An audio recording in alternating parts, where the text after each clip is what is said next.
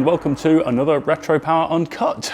Slight change to the usual format this week. Jamie is on a well-deserved holiday and things have just been absolutely manic in the shop over the last couple of days, so I thought I'd come in on Saturday, the day before this video goes out, and do a bit of a deep dive into the Austin Allegro, which has been missing a little bit from the last few episodes, but it is pretty much just come together and is looking absolutely amazing. So let's have a little look. So why on earth did we come to actually be working on an Allegro in the first place? What sort of lunacy is this? Well, a client came to us and essentially said, can you make something cool out of an Austin Allegro? And we thought, well, why not? Actually, the fundamental shape of the original car, in my opinion, is not offensive. Yes, it had some slightly awkwardness to its stance, but the fundamental shape, particularly this nice grille detail where it's kind of radiused around the headlights and grille, I honestly don't dislike it at all. It kind of reminds me a lot of the early hot hatches, things like the Fiat Strada Abarth, which were a brilliant car from the early 80s. And it always struck me that the Allegro could have been the hot hatch of the British Leyland world. And it just never was. It was never taken down that path. They did the Equip, which kind of had stripes on it and had adverts with ladies draped over it, but it just never was a sports car. It was just fundamentally flawed in that respect in terms of the suspension and drivetrain. So we thought, well, why not create the hot hatch that never was? And that's what we've done. So we, from the very start, realised we were going to have to junk all of the original running gear, and we were looking at what cars we could possibly use to donate the entire platform, so the suspension front and rear, engine, gearbox, brakes, etc. And we quickly hit upon the idea of using a Honda Integra DC2 Type R. It's a very, very well respected front wheel drive car. We really wanted to keep it front wheel drive, front engined as a sort of hot hatch nod. And the dimensions stacked up pretty well. Just using drawings, photos, blueprints, we could see that the bulkhead position was going to be something like versus the front axle line. The controls were all something like versus the front axle line. The wheelbase wasn't far off, tiny bit long, and the track width was a little bit wide, but we wanted to widen the stance anyway. And we could see that the engine was going to fit within the Allegro engine bay. So at this point, we were convinced enough to take the plunge, buy two cars, an Allegro and an Integra, 3D scan them, and start overlaying scans and going from there. And it really did look promising once we started overlaying scans of certain parts of the cars. So we went the full hog, stripped them to a bare shell, and 3D scanned both bare shells to then work out exactly which bits we could use. And essentially we used the entire floor pan and bulkhead from the Type R and the inner wing structure at the front, and then all of the outer bodywork, the outer silhouette if you like, of the Allegro, but with quite a few twists, which I'll go into in a minute. But before I do that, let's have a little look under the bonnet. Right, so here we are, and first thing to probably mention is that the overall ethos with the look of the engine bay on this car was to try and make it look OEM, as if it had always been like that. We haven't gone overly show car with it. We haven't tried to hide away absolutely every possible thing under some kind of painted cowling. We just wanted it to look functional and almost as if this could be the engine bay of a production car. So the engine is essentially a standard. We've completely rebuilt that, so every nut and bolt and casting of that engine has been apart and been cleaned and rebuilt, and the cylinder bores have been rebored, new pistons, it's got forged pistons in it now, steel rods, the crank is the original, and then we've just done a nice job of building it up from there. We're running it on a standalone ECU and individual throttle bodies, primarily just because we wanted it to make the noise. The individual throttle body noise is hard to beat for giggles and smiles, so that's what we've gone for. So it's got the Gen V SF throttle bodies on it down there, and then a Reverie carbon airbox on the back. It's running a ECU Master Pro 8 engine ECU and an engine harness that we've designed and built in-house. We're running the standard air bleed type idle control on it, and there's a piece on the bulkhead which I might be able to get a little view of down here. Just behind there you can see there's a little black fabricated reservoir, if you like. It's a rectangular box, and that has on it the idle air control valve, also the manifold pressure sensor, and the feed outs for the vacuum feeds to the servo, for instance, and also to the fuel pressure regulator. Standard hoses, so we've managed to use all of the standard Honda hoses. Honda are very good in terms of new parts supply, so we've used all of the original Honda spring clips, brand new Honda rubber hoses, just to keep, again, the Honda level of quality and reliability and a generally OEM look to the engine bay. The radiator is even a standard Honda radiator. We've done a slight tweak, I say it's standard, we've done a slight tweak to that in terms of the positioning of the actual cap. I think we extended that back, it's normally on top, something along those lines, just to get the position of that to clear some of the structure on the bonnet. And then the car also has air conditioning, so the air conditioning condenser is hiding under the far side of this perforated plate here. The design of that is such that we wanted a plate on the top to mount the radiators using little upward pegs into rubber grommets, which we have. If you look closely, you can see that this is actually a rubber grommet with a machined peg into it, which is what holds the top of the radiator. Again here, and then this side, that one and the far one over there are little pegs that hold the fan shroud for the air conditioning condenser and the actual condenser itself. And then what we did was actually do punched and swaged holes all the way through that match all the way across. So at a glance, it just looks like a row of punched and swaged holes, although 4 of those holes are actually rubber isolators holding the radiator. And the bolts in the end here, you just undo and that whole plate comes off. So that's what holds those. Then we've got the fans on the front. The notable thing about the Allegro is it's very, very short. There's not a lot of overhang at all. A lot of people, when we were in the early stages of build on this car, commented that the engine looked ridiculously far forward. Now it looks less exaggerated now we've got the airbox on the back, which as you can see goes pretty close to the bulkhead. But of course that is the standard position of the engine versus the front axle line of the Integra Type R. It is the Integra Type R gearbox, engine, front suspension, you know, brakes, hub carriers, the whole lot. So that relative position is exactly the same. The only reason it looks a bit weird on this car is because there is so little overhang. On the actual Integra, the front end probably comes to here somewhere, and there's just a lot of space in front. So consequently, things are a little bit tight directly in front of the engine. So the fans are on the front. They would just cut slightly into the inside of the outer front panel for that, but not excessively. It still fits behind the standard grille.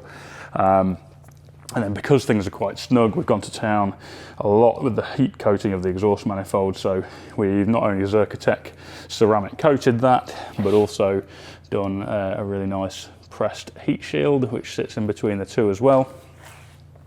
And then you might be wondering what this duct arrangement here is. Well, that is the actual cold air feed to the engine. So you've got the carbon air box back there. That's got the air temperature sensor in it. And then this duct here leads to one of the more interesting design features we've done, which is where there used to be an indicator and side light unit here.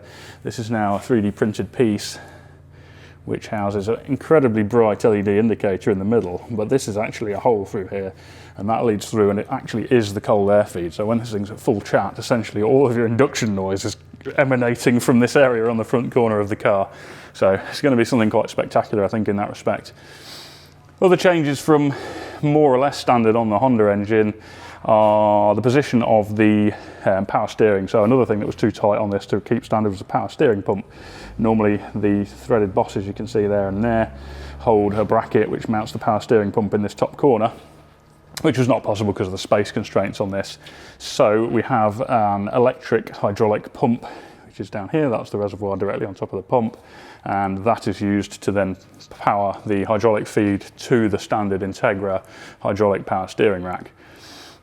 Still got all of the standard Honda stuff over here, so the brake servo, master cylinder, clutch reservoir, brake reservoir is all standard Honda stuff. Even the strut brace is the standard Type R strut brace. Obviously with all of this stuff we've gone to town in terms of the surface finishing processes to try and make sure longevity in terms of corrosion, etc. So for instance on this strut brace, this was stripped, re-anodized. These end parts have been Xylan coated, which is like a sprayed Teflon coating.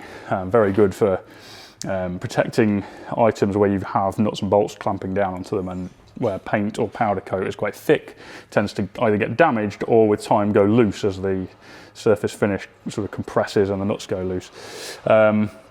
So that sort of extends throughout. And then screen wash tank is down in front of this wheel actually. I don't know if I'll be able to get in here so you can see. There you go. It's quite handy how compact this camera is. Screen wash, and then the actual fill for that, because it's down under the wing, comes up through to this fill neck just here for convenience. And then you can also see some of the aircon pipe work. So these hard lines running around here are for the air conditioning. So we actually formed and swaged all our own solid aluminium hard lines for the air conditioning plumbing. And the compressor, I don't know if I'll be able to see this or not, but the compressor is lurking just down in this area here, next to where the fill ports are. Also, in terms of other things we did to make this pretty, bonnet hinges, we couldn't hinge it in the standard way because of the space constraints of the two shells we were working with. And if we were going to be making bonnet hinges, we might as well do a proper job of it.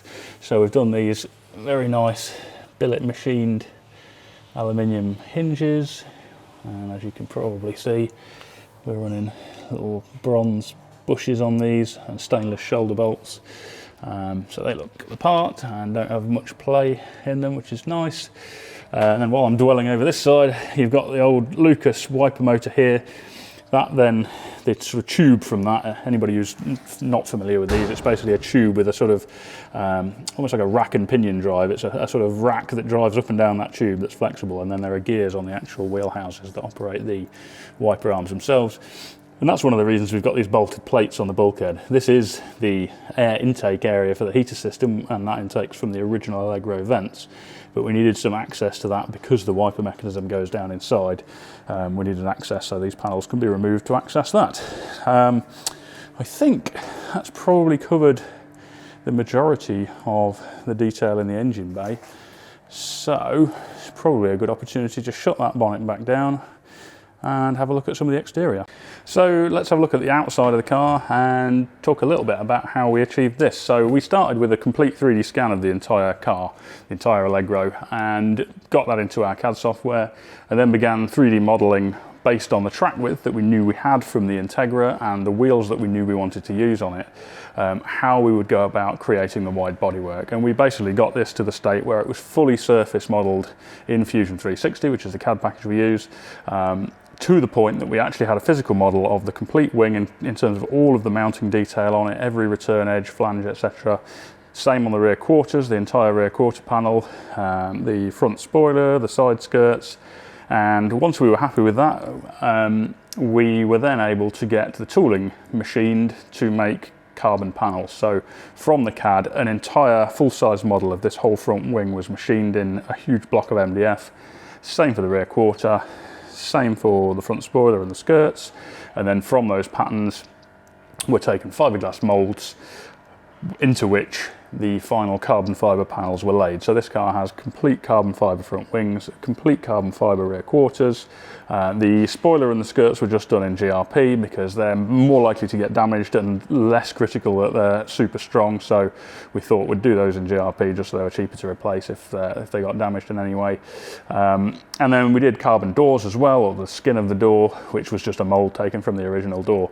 So essentially the entire body side is carbon fibre, both sides. Then we did quite a few other changes. So I've showed you already the air intakes on the corners here. The bumpers are the original steel bumpers, but we've done a lot of work on those to get them in tighter, just create a slimmer, more in-keeping profile. So on the front one particularly, we added more of a V to it to get the gap nice and parallel to the front of the body along there, which it isn't originally. We brought these ends in a little bit shorter here, brought them in tighter to the body, just generally tidied the front bumper up a lot. And then obviously they're finished in satin black rather than the chrome they would have been originally. Right, let's have a quick look around the back. Right, so at the back here, we actually, again, kept it reasonably simple. We've done the same treatment on the bumper. We've cut the bumper basically flush with the light, which it wasn't originally. And when we did the quarter panels, we created a neater recess around that light that carries on the line of the light and then under the bumper. The bumper's been brought in tighter to the body and slimmed down a bit and brought really nice and parallel, and obviously finished in satin black again. And then we've done the C-pillar vent bezels are our own design with the Austin text on there, and they're a nylon 3D print. And then fuel cap on this side. So we wanted to keep the Honda fuel tank and as much of the neck as possible. So the tank is completely standard. And then the neck came up in this area on the Integra. So we fabricated our own aluminium neck that still attaches to the original input to the tank, but brings it up to a position that we determined on the new carbon quarter panels.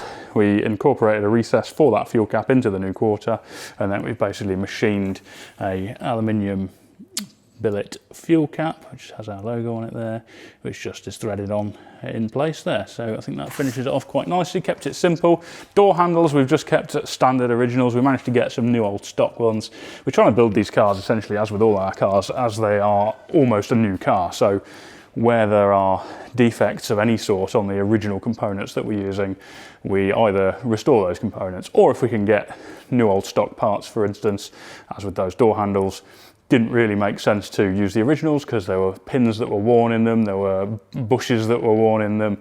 Every single part needed plating, and a lot of it needed they were peened over originally, so you had to grind them off to disassemble them.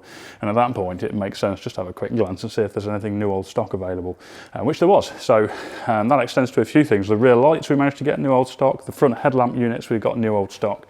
And the door handles, we managed to get new old stock. And the mirrors are still available as a new part. So the vast majority of the original Allegro parts that we've used are actually new replacements that we've found from trawling the internet, eBay, etc.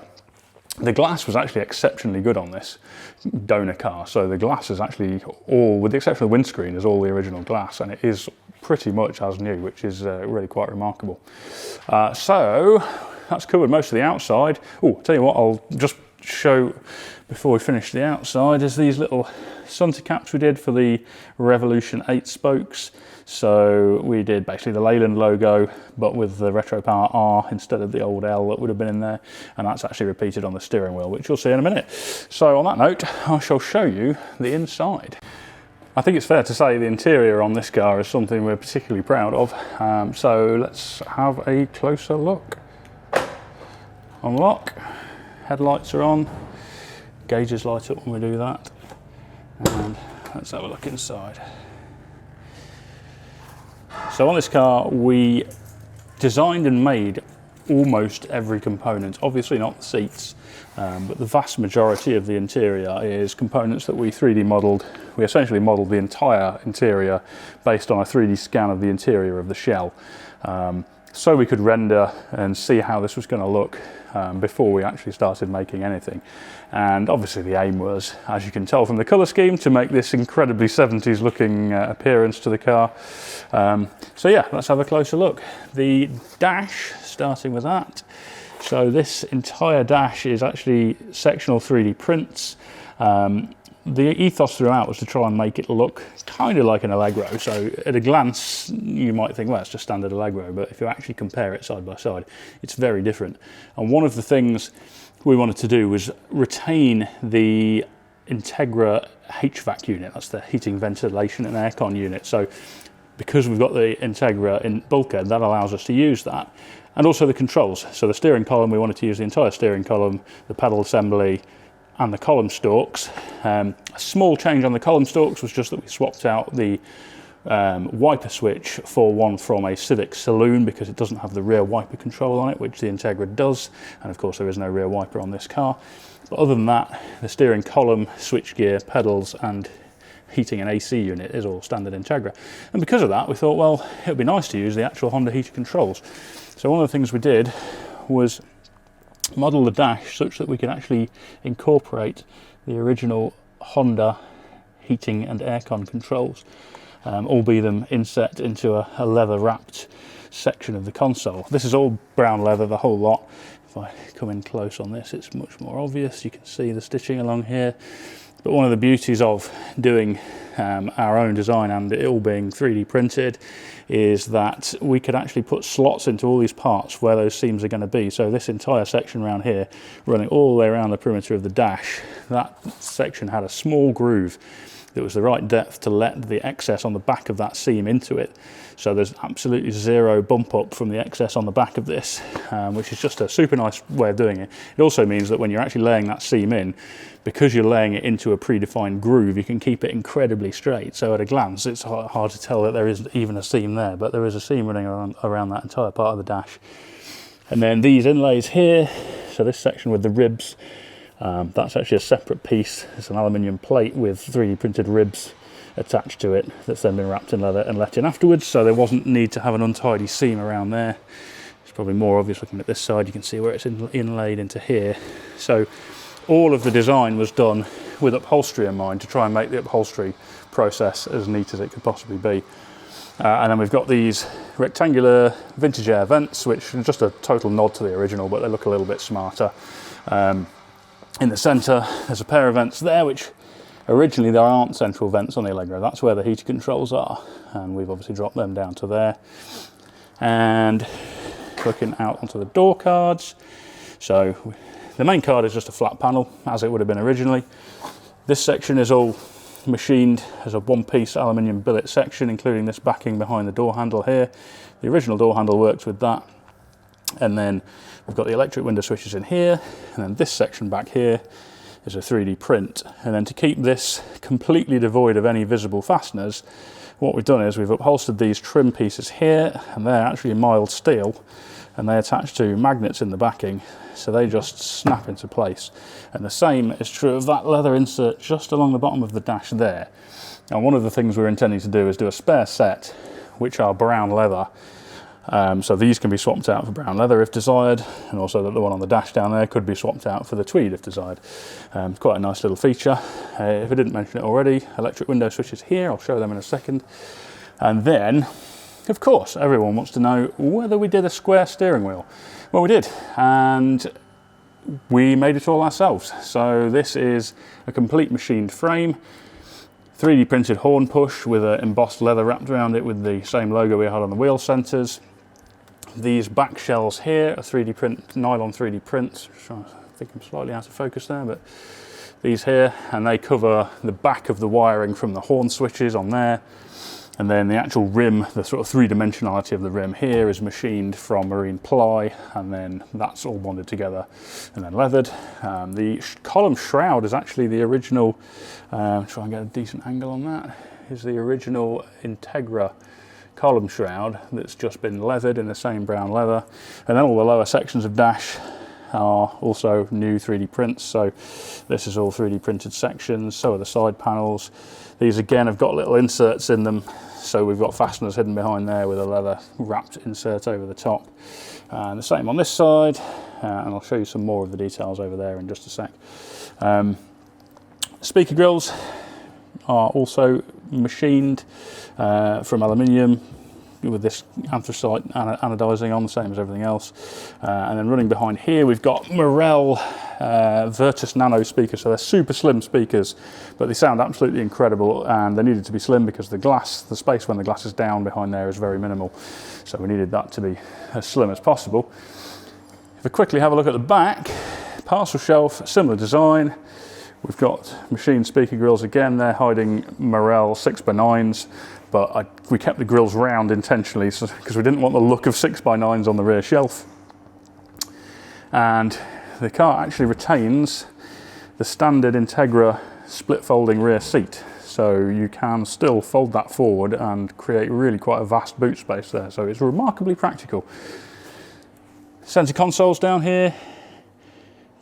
They are 3D printed. The ashtray at the front there is machined, and there's a little 3D printed logo panel behind that. Something I nearly forgot, instrument binnacle. So this is all machined from aluminium. It's in two parts, so the front unbolts, and then you can get access to remove the instruments, unplug the connectors from them, and also the connectors to the warning lights. Kept it simple really on here. Speedo and tacho, and just the 5 warning lights. And the reason we were able to do that is something down here, which I'll show you in just a minute. Right, so let's key on and see some of the other features. So key in, ignition on, you see these switches light up, and importantly down here the VTEC screen, which is in this lower dash section, lighting up, and the audio controller below it. If I now key it all the way to ignition, you'll now see some of the functions this has. So we've got oil pressure over here, fuel pressure, fuel level, coolant temperature, oil temperature, and then you've also got a couple of telltales down here, which are heated rear screen. If I put that on, you see that come on, and also your main beam warning lights down there. And then this is your volume control. This is the Audison volume controller. See the blue lights going around to indicate what volume level you're on. That connects to the Audison Beacon Bluetooth receiver, and the Audison Forza amplifier that's powering the sound system in this. And that is the only control, so you can just connect your phone up first time you use the car.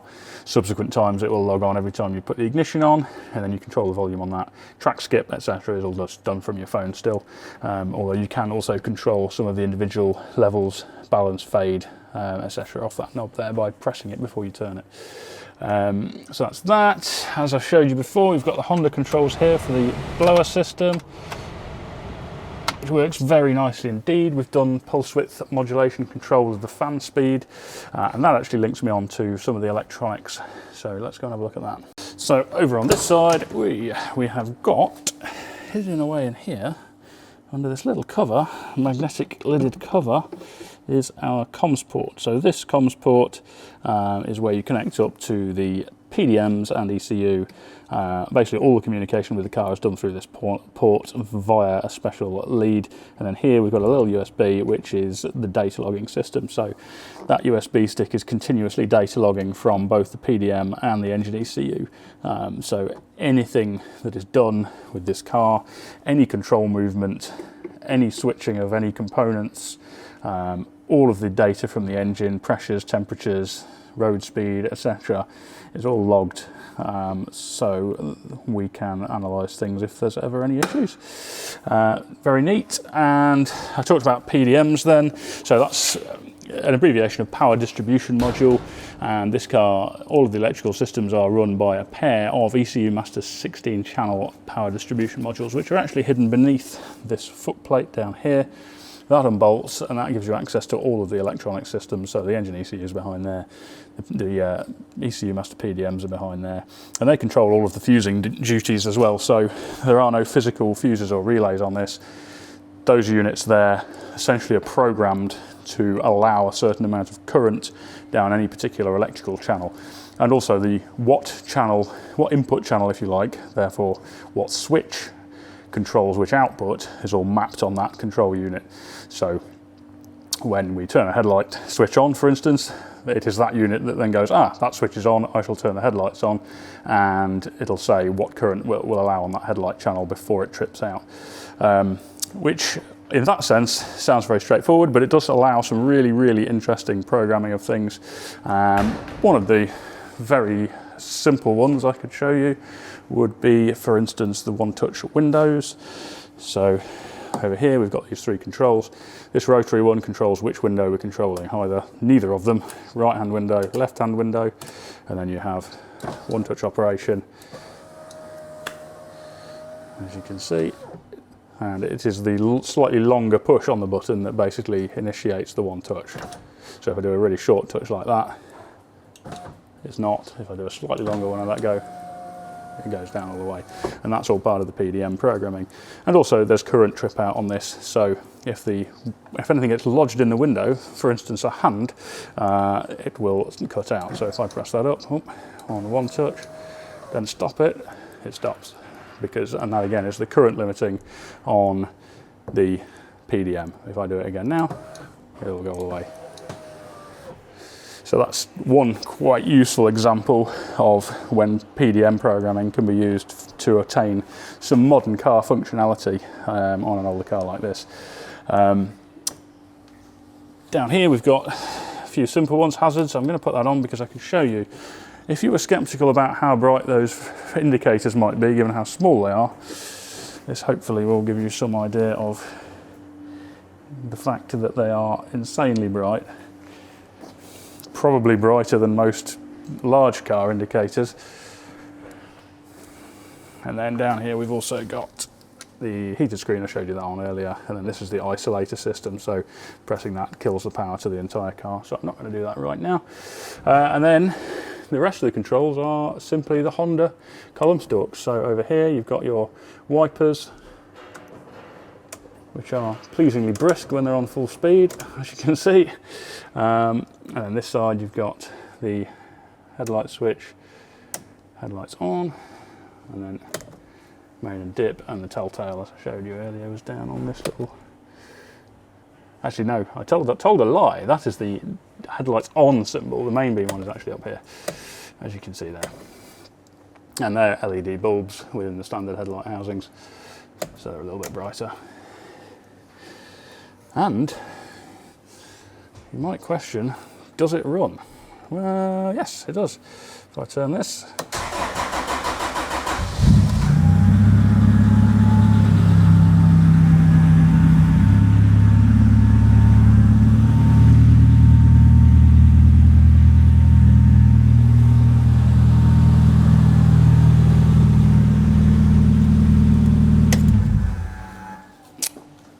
now, I can't do anything else at the minute because we haven't fully mapped it, but basically the next step with this car now is to get it on a rolling road, get the mapping done, and then get some road testing done.